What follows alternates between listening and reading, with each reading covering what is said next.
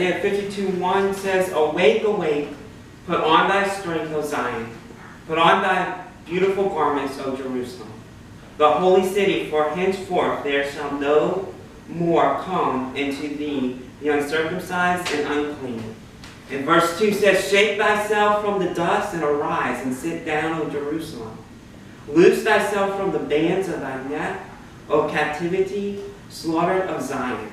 In verse 3, For thou, saith the Lord, ye have sold yourself for naught, and ye shall be redeemed without money. When I was praying before service, and I was sitting there in the corner, a bunch of stuff was going through my mind. And I began to think about the last year that I've been through, and I began to think about what people would have said about me and where I have come from. And it says to awaken.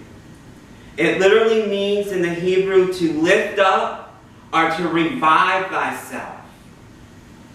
To pick yourself up from, in chapter 53, it says to pick yourself up from the dust of the earth, from your ash heap, from your time of mourning, from your time where you thought that there was nothing left for you, that you were just not good enough, and to put on the strength of God. The strength of God, according to Nahum 1 and in Zechariah 1, says that when He goes before you, when you're clothed in the strength of God and His beautiful garments, which is salvation, it is literally when you walk, the mountains begin to dissolve because of the mighty presence of God on your life. Because of the level of knowledge of God that you have, because you know your identity. And literally in Nahum 1, when God began to redeem Nineveh from when it was taken captive, it literally, the rocks dissolved. Literally the mountains dissolved. The people that stood in their way began to melt because of the very strength of God.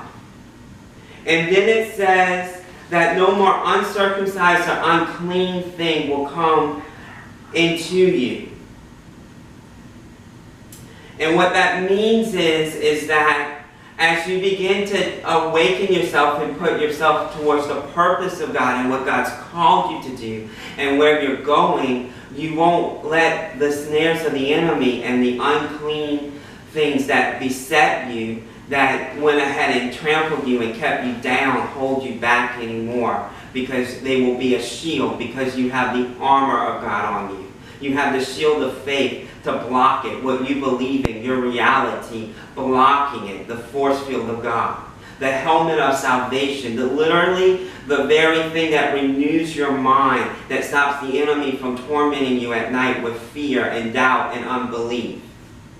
The garments, the feet as you walk, that shod your feet, literally means that according to Joshua chapter 1, that when you walk you have authority, so that the presence of God is dissolving every obstacle in your way.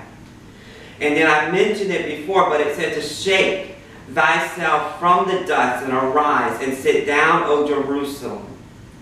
Alright? Arise means to take and to loose yourself. But it says to sit down, O Jerusalem, and loose thyself from the bands of thy neck. To loose yourself literally from the words and the things that people have said about you that hold you down, that are yokes, that aren't true. Because you've been bought without money. Because what bought you was what Christ did on the cross, which was priceless, which was His blood that was shed. Literally when He was on the cross, I want you to get this picture.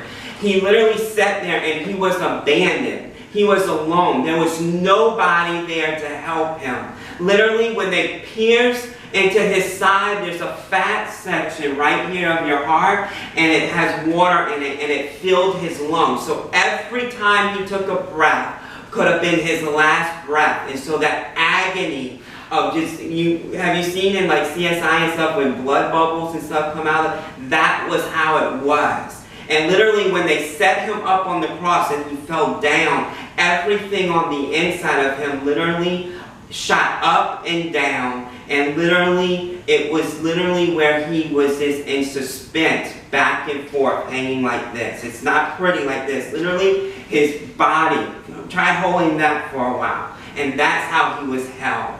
His joints began to break down. So think of the pain that he was in. That was the price that he paid for you to walk in freedom and in liberty and in the power and the knowledge of God.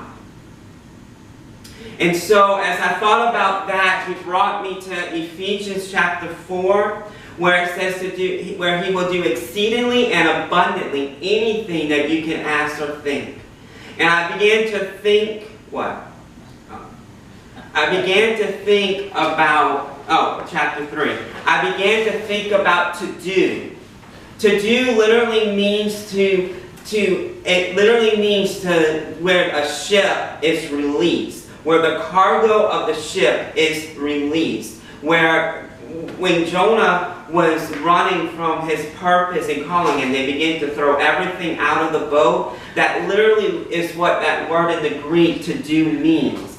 Why is that? Because there is the knowledge of God, there is the power of God, there is the very redemption blood of God that he did on the cross, living inside of you for other people. But if it is not released, if it is not thrown from your very being onto other people and preached and talked about, then it cannot do exceedingly and abundantly, or what you can think. And that word "are" literally means rather. It means it's actually more like logic. Whatever logically you can think, he can do more than that. Whatever you thought was possible, whatever you thought he could do, more than that. Because this "are," it's a stop in the sentence and a change of thought. Because that is the power working inside of you.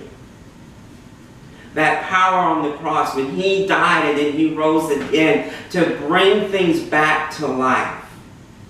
And so in Psalms 24, it says to lift up your head, O ye gates, and see the King of glory. And the reason why we do that is so that we stay focused on our vision and on our calling and on the power of God that he's given us to do and release on the earth.